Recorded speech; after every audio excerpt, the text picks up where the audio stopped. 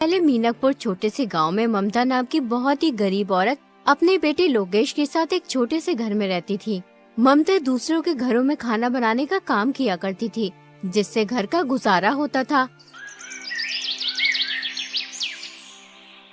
एक दिन ममता लोकेश से कहती है, लोकेश बेटा, जा भानु भैया की दुकान से घर का राशन ले आ। अगर वो पैसे मांगे तो कह देना कि पैसे अगले महीने दे देंगे। ठीक है माँ, मैं अभी राशन ले आता हूँ। लोकेश भानु की दुकान पर राशन लेने पहुँच जाता है। वो भानु से कहता है, भानु भैया, माँ ने राशन मंगाया है। उन्होंने कहा है कि पैसे अगले महीने दे देंगे। तुमने मुझे क्या समझ रखा है, जो मुंह उठाए उधार लेने चले आते हो यहाँ। अरे उधार की वजह से मेरी दुकान बंद होने की कगार पे है। अभी तुमने पहले के पैसे दिए नहीं है और उधार लेने चले आए। देखो भाई, मैं उधार का कोई सामान नहीं दे सकता। भानु दुकानदार की ये बात सुनकर लोकेश अपने घर की ओर चल पड़ता है और वो सोचने लगता है, मैं कितना अभागा हूँ जो 2 वक्त के खाने के लिए पैसे नहीं जुटा सकता। माँ किस तरह दूसरों के घरों में काम करती है। अब मुझसे उनका दुख देखा नहीं जाता। बेचारी कब तक दूसरों का काम करती रहेंगी। मुझे कोई काम जरूर करना होगा। शायद अब वक्त आ गया है कि मुझे अपनी जिम्मेदारी संभालनी होगी, ताकि मैं अपनी माँ को इस स्थिति से निकाल सकूं और उनकी जिंदगी में थोड़ी खुशियां ला सकूं। लोकेश ये सोच ही रहा था, तभी उसकी नजर एक ऋषिवर पर पड़ी। ऋषिवर ने लोकेश को अपने पास बुलाया और बोले, क्यों उदास हो प्यारे बेटे? तुम्हें देखकर ऐसा लगता है जैसे तुम किसी बड़ी समस्या से जूझ रहे हो। ऋषिवर, मैं एक गरीब लड़का हूँ। मेरे पास कुछ नहीं है, सिर्फ एक सपना है कि एक दिन मैं अपनी माँ की मदद कर सकूं। वो दूसरों के घरों में जाकर काम करती है, फिर भी उन्हें इतने पैसे नहीं मिलते जिससे पूरे महीने का गुजारा हो जाए। मुझे तो समझ में नहीं आ रहा कि मैं क्या करूं। मेरी जिंदगी में आगे क्या होगा। तुम्हारे मन में जो सपना है वो एक दिन जरूर पूरा होगा बेटा। तुम बड़े तकदीर वाले हो। तुम्हारा भाग्य बहुत उज्जवल है। बहुत ही जल्दी ऐसा वक्त आएगा जब हर किसी की जुबान पर सिर्फ तुम्हारा नाम होगा। लेकिन मैं तो केवल एक साधारण सा लड़का हूँ। मेरे पास तो साधन भी नहीं है और ना ही मैं कोई राजा हूँ। फिर हर किसी की जुबान पर मेरा नाम क्यों होगा स्वामी? मैं समझ नहीं पा रहा हूँ कि आप क्या कहना चाहते हैं। इस संसार में हर एक व्यक्ति की कहानी अनोखी होती है और तुम्हारी कहानी अभी शुरू हुई है। इतना कहकर ऋषिवर वहाँ से चले जाते हैं। लोकेश को उनकी कोई भी बात समझ नहीं आती है और फिर लोकेश भी अपने घर चला जाता है। बेटा, तू खाली हाथ क्यों चला आया? मैंने तो तुझे घर का राशन लेने भेजा था। माँ, भानु भैया ने उधार राशन देने के लिए मना कर दिया है। वो कह रहे थे कि मैं तुम्हें और उधारी नहीं दे सकता। तुम्हारे ऊपर पहले के ही बहुत पैसे हैं। कोई बात नहीं बेटा, मैं आज मालकिन से पैसे लेकर आऊंगी। तू भानु का हिसाब कराना। जा तू खाना खा ले। माँ, मैं खाना बाद में खाऊंगा। आप पहले मुझे एक बात बताओ। जब मैं रास्ते में आ रहा था तो मुझे एक ऋषिवर मिले थे। वो कह रहे थे कि मैं बहुत तकदीर वाला हूँ। कुछ ही दिनों में हर किसी की जुबान पर मेरा ही नाम होगा। मैं तो उनकी बात समझ ही नहीं पाया। अगर तुम्हें कुछ समझ में आया तो तुम मुझे बताओ माँ। क्या सच में उन्होंने ऐसा कहा? हाँ माँ, उन्होंने ऐसा ही कहा। बेटा, जब तेरा जन्म हुआ था तब भी एक ऋषि ने मुझसे कहा था कि ये तेरा बेटा बहुत भाग्यशाली है, बड़ा होकर ये राजकुमार बनेगा। लेकिन मैंने उनकी बात पर कुछ ध्यान नहीं दिया था। माँ, ये सब फिजूल की बातें हैं। भला एक गरीब माँ का बेटा राजकुमार कैसे बन सकता है? राजकुमार तो राजा का बेटा बनता है। तुम सही कहते हो लोकेश, लेकिन कभी कभी ये भविष्यवाणी सच भी हो जाती है। मैंने खुद अपनी आंखों से भविष्यवाणियों को सच होते हुए देखा है। हमारे गांव में सुनीता नाम की एक औरत ने एक बेटी और बेटे को जन्म दिया था। उन बच्चों की खुशी में उस औरत के पति महेंद्र ने आसपास के सभी गांवों में दावत की थी। वो औरत भविष्यवाणी में बहुत विश्वास करती थी, इसलिए उसने अपने बच्चों का भविष्य पूछने के लिए एक ऋषि को बुलाया। उस ऋषि ने उससे कहा, मैं तुम्हें इन बच्चों का भविष्य नहीं बता सकता और तुम्हारे लिए भी यही बेहतर होगा कि तुम कभी भी इन बच्चों का भविष्य जानने की कोशिश मत करना, वरना तुम्हारा ये खुशहाल जीवन पल भर में दुख में बदल जाएगा। लेकिन ऋषिवर, ऐसा क्या है इन बच्चों के भविष्य में जो आप हमें बताना नहीं चाहते? हमने तो ऐसा कोई पाप नहीं किया है जिसकी सजा इन बच्चों को मिले। कितनी दुआओं के बाद ईश्वर ने हमें ये 2 जुड़वा बच्चे दिए हैं। कृपया करके आप मुझे बताएं, इन बच्चों के भविष्य में क्या लिखा है? ठीक है, अगर तुम अपने बच्चों का भविष्य जानना चाहती हो तो सुनो। तुम्हारा ये बेटा बड़ा होकर अपनी जुड़वा बहन से शादी करेगा। ऋषि की ये बात सुनकर सुनीता के होश उड़ गए। ऐसा कैसे हो सकता है ऋषिवर? भला एक भाई अपनी बहन से कैसे शादी कर सकता है? मैं ये भविष्यवाणी नहीं मानता। तुम झूठ बोल रहे हो। मैं आपकी बातों पर विश्वास नहीं कर सकता। अगर बेटा तुम्हें मेरी बातों पर विश्वास नहीं तो कोई बात नहीं, जब समय आएगा तो तुम सब खुद देख लोगे। इतना कहकर ऋषिवर वहाँ से चले जाते हैं।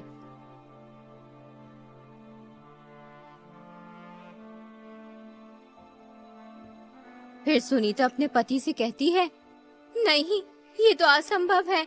मेरे बच्चे आपस में विवाह नहीं कर सकते। चाहे कुछ भी हो जाए, मैं ऐसा नहीं होने दूंगी। मुझे अपनी बेटी को मरवा देना चाहिए, तभी ये भविष्यवाणी गलत साबित होगी। तुम ये क्या बेहुदा बात कर रही हो? उस आदमी की बातों में आकर तुम इस मासूम की जान लेना चाहती हो? कितने वर्षों बाद ईश्वर ने हमें औलाद का सुख दिया और तुम कह रही हो कि हम इस मासूम बच्ची को मरवा दें? मैं ऐसा नहीं करना चाहती, लेकिन हमें इन भविष्यवाणियों को हल्के में नहीं लेना चाहिए, क्योंकि ये भविष्यवाणियाँ मेरे जीवन में एक महत्वपूर्ण भूमिका निभाती आई हैं। कई बार ऐसा हुआ है जब मैंने इनकी अनदेखी की है तो मुझे इसका नुकसान उठाना पड़ा। हमें इन भविष्यवाणियों को गंभीरता से लेना चाहिए, क्योंकि ये सिर्फ शब्द नहीं है बल्कि हमारे भविष्य के संकेत हैं। इसलिए इस भविष्यवाणी को नजरअंदाज करना हमारे लिए सही नहीं होगा। देखो सुनीता, हमें समझदारी से सोच समझकर ही कोई कदम उठाना चाहिए। बताओ अब हमें क्या करना होगा? तुम इस बच्चे को कहीं दूर ले जाकर मार दो। हमें ना चाहते हुए भी ऐसा करना ही होगा। इसी में हमारी भलाई है। अगर भविष्यवाणी सच हो गई तो अनर्थ हो जाएगा। ठीक है, जो आज तक किसी ने नहीं किया वो मैं करूँगा। अपने ही हाथों से अपनी बच्ची की जान लूंगा। तुम इस बच्ची को किसी कपड़े में लपेट दो जिससे मुझ पर किसी को शक ना हो।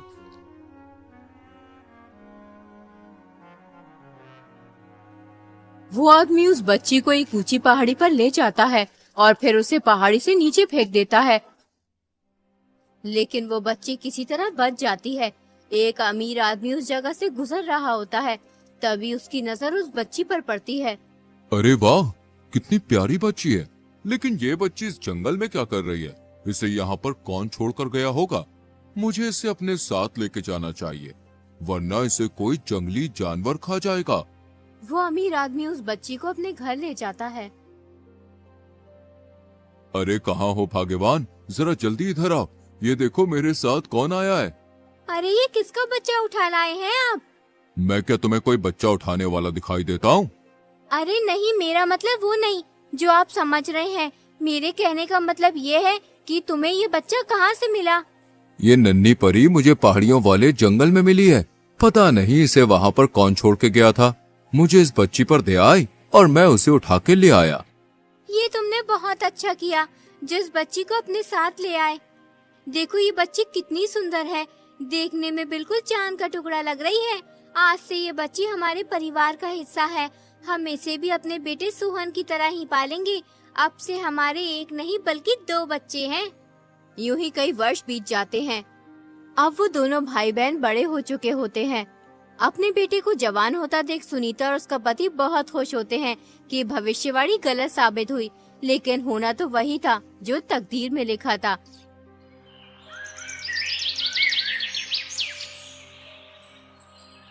एक दिन सुनीता का लड़का किसी काम से बाहर कहीं दूर जा रहा होता है। तभी रास्ते में उसकी नजर अमीर आदमी की बेटी पर पड़ती है। उसे देखकर वो सब कुछ भूल जाता है। वो अपने माँ बाप को बगैर कुछ लड़की से शादी कर लेता है और उस लड़के घर ले आता है। माँ, मैंने इस लड़की से शादी कर ली है। ये सेठ हमीर चंद की बेटी है। बेटा, तुझे शादी करने की इतनी भी जल्दी क्या थी? एक बार हमसे पूछ तो लेता। आखिर हम तेरे माता पिता हैं। हमने तुझे पाल पोस कर इतना बड़ा किया है, इसलिए हमारा भी हक बनता है कि तेरे सुख दुख में साथ रहें। अरे भाग्यवान, तुम भी ये क्या बात लेकर बैठ गई हो? अरे हमें तो खुश होना चाहिए। हमारे बेटे की खुशी में ही तो हमारी खुशी है। बेटी, तुम बहुत दूर से चल के आई हो, जाओ थोड़ा आराम कर लो। बेटी, तुम कितने भाई बहन हो? सासू जी, हम 2 भाई बहन हैं, लेकिन मैं सेठ अमीर चंद की सगी बेटी नहीं हूँ। मैं तो उन्हें पहाड़ी के पास मिली थी। लेकिन उन्होंने मुझे कभी माँ पापा की कमी महसूस नहीं होने दी। अपने बेटे की बहू के मुंह से ये बात सुनकर सुनीता सब समझ जाती है कि ये लड़की हमारी बेटी है। वो इस बात को अपने पति महेंद्र को भी बताती है कि भविष्यवाणी सच साबित हुई। ये बात किसी तरह सुनीता के बेटे को भी पता चल जाती है कि जिस लड़की से उसने शादी की है वो उसकी सगी बहन है, इसलिए वो अपनी जान ले लेता है और फिर वो लड़की भी मर जाती है। ये तो बहुत बुरा हुआ। इस बात को सुनकर मुझे पूरा विश्वास हो गया कि भविष्यवाणियां सच होती हैं। हमें इन्हें हल्के में नहीं लेना चाहिए। हाँ बेटा, मैं तुझे यही समझा रही थी कि इन भविष्यवाणियों को झूठ समझने की कोशिश मत करना। इसका मतलब वो ऋषिवर सच कह रहे थे कि मेरे मन में जो सपना है वो एक दिन जरूर पूरा होगा और बहुत जल्दी मेरा भाग्य उज्जवल होगा। उसके बाद हर किसी की जुबान पर सिर्फ मेरा नाम होगा। जिस राज्य में लोकेश रहता था उस राज्य का राजा सूरजमहल बहुत ही शांतिप्रिय और दयालु था। उसके शासन में सभी खुश रहते थे। प्रजा भी राजा को बेहद पसंद करती थी। हर कोई गर्व महसूस करता था कि वे ऐसे राज्य में रहते हैं जहां एक शांतिप्रिय और समझदार राजा शासन कर रहा है। राजा के राज्य की इस उचित व्यवस्था के पीछे जिस आदमी का हाथ था वो थे उनके सबसे प्रिय सलाहकार रघुवीर सिंह। रघुवीर सिंह के रहते राजा को कभी कोई दिक्कत महसूस नहीं हुई, लेकिन अचानक एक दिन रघुवीर सिंह की मृत्यु हो गई। इससे राजा को बहुत दुख हुआ। अब उनके प्रमुख सलाहकार का पद खाली पड़ा था। वो चाहते थे कि पूरे राज्य में सबसे बुद्धिमान और जवान आदमी को ये पद मिले, इसलिए वो अपने मंत्री से कहते हैं, पूरे राज्य में घोषणा करवा दो कि जो भी व्यक्ति राजा की 3 पहेलियों का सही जवाब देगा उसे राजा 1000 सोने के सिक्के और अपना प्रमुख सलाहकार नियुक्त करेंगे। अगले ही दिन मंत्री ढिंडोरची को घोषणा करवाने के लिए भेज देते हैं। सुनो ए लोगों, महाराज सूरजमल का ताजा फरमान जरा गौर से सुनो। महाराज के सबसे प्रिय सलाहकार रघुवीर सिंह की अचानक मृत्यु हो गई है, इसलिए अब उनका पद खाली है। जो भी व्यक्ति महाराज की 3 पहेलियों का सही जवाब देगा उसे महाराज 1000 सोने के सिक्के और अपना प्रमुख सलाहकार नियुक्त करेंगे। कौन जाने अब हमारे मुल्क का क्या होगा। क्यों बाबा, कोई आफत आ गई है सलाहकार की मृत्यु होने से? बेटा, आफत तो कुछ नहीं आई। रघुवीर सिंह बहुत ही अच्छा इंसान था। ईश्वर अच्छे इंसान को जल्द ही अपने पास बुला लेता है। बेचारा हमेशा प्रजा की भलाई चाहता था। मैंने कितने ही सलाहकारों को बदलते देखा है, मगर यकीन मानो रघुवीर सिंह जैसा कोई नहीं था। वो हमेशा गरीब मजलूम लोगों के हित में ही सोचता था। पता नहीं अब राजा का नया सलाहकार कौन बनेगा जो हम जैसे गरीबों के बारे में सोचेगा। अगले ही दिन राजमहल में बहुत से आदमी जाते हैं, लेकिन कोई भी राजा की पहेलियों का जवाब नहीं दे पाता है। यूं ही 3 दिन गुजर जाते हैं। एक दिन लोकेश अपनी माँ से कहता है, माँ, क्यों ना एक बार मैं महाराज के पास जाकर इन पहेलियों का जवाब दूं? बेटा, राजा हर बार पहेली बदल कर पूछता है। अभी तक कोई भी तीनों पहेलियों का सही जवाब नहीं दे पाया है। बहुत से अक्लमंद लोगों ने पहेलियों का जवाब देना चाहा, लेकिन हर कोई नाकाम रहा। तुम उन अमीर लोगों के बीच कैसे जा सकते हो? वहाँ बहुत ही तजुर्बेकार और होशियार लोग आए हुए हैं। माँ, बिल्कुल भी परेशान ना हो, मैं महाराज के पास जरूर जाऊंगा। सोचो, अगर मैंने पहेलियों के जवाब दे दिए तो 1000 सोने के सिक्के मिलेंगे। फिर तुम्हें किसी के घर जाकर काम करने की जरूरत नहीं होगी और मैं भी महाराज का सलाहकार बन जाऊंगा। ठीक है बेटा, तू इतना कह ही रहा है तो जा। मेरी दुआएं तेरे साथ हैं। ईश्वर तेरी हिफाजत करे।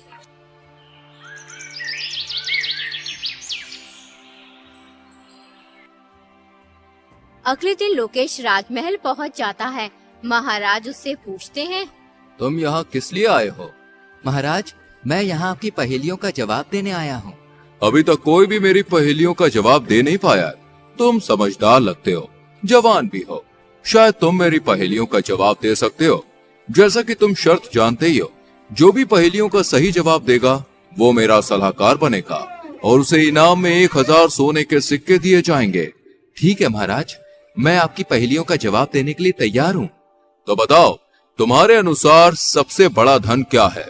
महाराज, सबसे बड़ा धन संतोष है। जब मन शांत होता है तो इंसान सबसे अमीर होता है। बहुत खूब, अब दूसरे सवाल का जवाब दो। जीवन में सबसे बड़ा ज्ञान क्या है? महाराज, जीवन में सबसे बड़ा ज्ञान ये है कि खुद को जानना और समझना। जब हम अपने आप को पहचानते हैं तब हम दूसरों को भी समझ पाते हैं।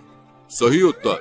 अब तीसरा और आखिरी सवाल, सच्ची मित्रता का अर्थ क्या है? महाराज, सच्ची मित्रता वो है जब एक मित्र दूसरे की खुशियों में खुश और दुखों में दुखी होता है, बिना किसी स्वार्थ के। बहुत अच्छे, तुमने तीनों सवालों के सही जवाब दिए हैं। तुम वाकई में बुद्धिमान हो। आज से तुम मेरे सलाहकार हो। मंत्री, इसे 1000 सोने के सिक्के दे दिए जाए।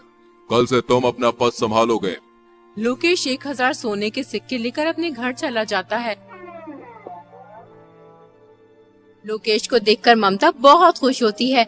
वो लोकेश से कहती है, बेटा, जब से तू गया है तब से ही मैं तेरे लिए दुआ कर रही थी कि तू कामयाब हो, और ईश्वर ने मेरी दुआ सुन ली। अब हमारी सारी मुसीबतें दूर हो जाएंगी। हाँ माँ, अब तुम्हें किसी भी चीज की चिंता करने की जरूरत नहीं है। आज से तुम्हें दूसरों के घरों पे जाकर काम करने की भी कोई जरूरत नहीं है। बेटा, मेरी पूरी जिंदगी दुख और तकलीफों में कट गई। आज सालों बाद तूने मुझे ये खुशी दिखाई है। अगर आज तेरे पिताजी जिंदा होते तो बहुत खुश होते। पूरे राज्य में ये बात फैल जाती है कि ममता का बेटा राजा का सलाहकार बन गया है। सब बहुत खुश होते हैं क्योंकि लोकेश बहुत ही समझदार और नेक लड़का था। एक दिन लोकेश महल से अपने घर जा रहा होता है। तभी रास्ते में दो भाई एक घोड़ी के बच्चे के ऊपर झगड़ते हुए दिखाई देते हैं। लोकेश उनके पास जाकर बोला, आखिर तुम दोनों लड़ क्यों रहे हो? जिस आदमी को तुम मेरे सामने खड़ा देख रहे हो, ये मेरा बड़ा भाई है। ये एक नंबर का झगड़ालू इंसान है। ईश्वर इसे गारत करे। हमारे पिताजी जो भी छोड़कर मरे थे, हमने उसे आपस में बांट लिया। मेरे हिस्से में घोड़ी आई थी, उस घोड़ी ने एक बच्चा दिया। ये बेईमान इंसान उस घोड़ी के बच्चे को अपना बता रहा है। जरा आप इसे समझाइए। जब बच्चा मेरी घोड़ी ने दिया तो वो घोड़ी का बच्चा मेरा हुआ या इस बकबक का? ये नामुराद झूठ बोल रहा है। सालों से ये अपनी घोड़ी को मेरी जगह में बांधता हुआ आ रहा है और इसकी घोड़ी ने बच्चा मेरी जमीन पर दिया है, इसलिए वो घोड़ी का बच्चा मेरा हुआ। जो चीज जिसकी जमीन पर पैदा होती है वो उसी की हो जाती है। लोकेश समझ गया ये दोनों पागल हैं, इसलिए वो उनसे बोला, तुम्हारी समस्या तो बहुत गंभीर है। तुम्हें राजा के पास जाना चाहिए, वो ही तुम्हारा फैसला कर सकते हैं। तुम सही कह रहे हो, हमें राजा के पास जाना चाहिए, वरना ये झगड़ालू इंसान कुछ उल्टा सीधा न कर बैठे। अगले दिन दोनों भाई राजा के पास पहुंच जाते हैं और राजा को अपनी सारी बात बताते हैं। राजा लोकेश से कहते हैं, इस समस्या का हल तुम करो लोकेश। वो दोनों भाई लोकेश को पहचान लेते हैं, लेकिन राजा के सामने उनकी बोलने की हिम्मत नहीं होती, इसलिए वो चुपचाप खड़े रहते हैं। देखो, जगह से घोड़ी और बच्चे का कुछ भी लेना देना नहीं है। जिसकी घोड़ी है बच्चा भी उसी का है, लेकिन तुम्हें अपने बड़े भाई की जगह में घोड़ी बांधने का हर्जाना देना होगा। तुम्हें उसे एक सोने का सिक्का देना होगा। दोनों भाई लोकेश का फैसला सुनकर खुशी खुशी अपने घर चले जाते हैं।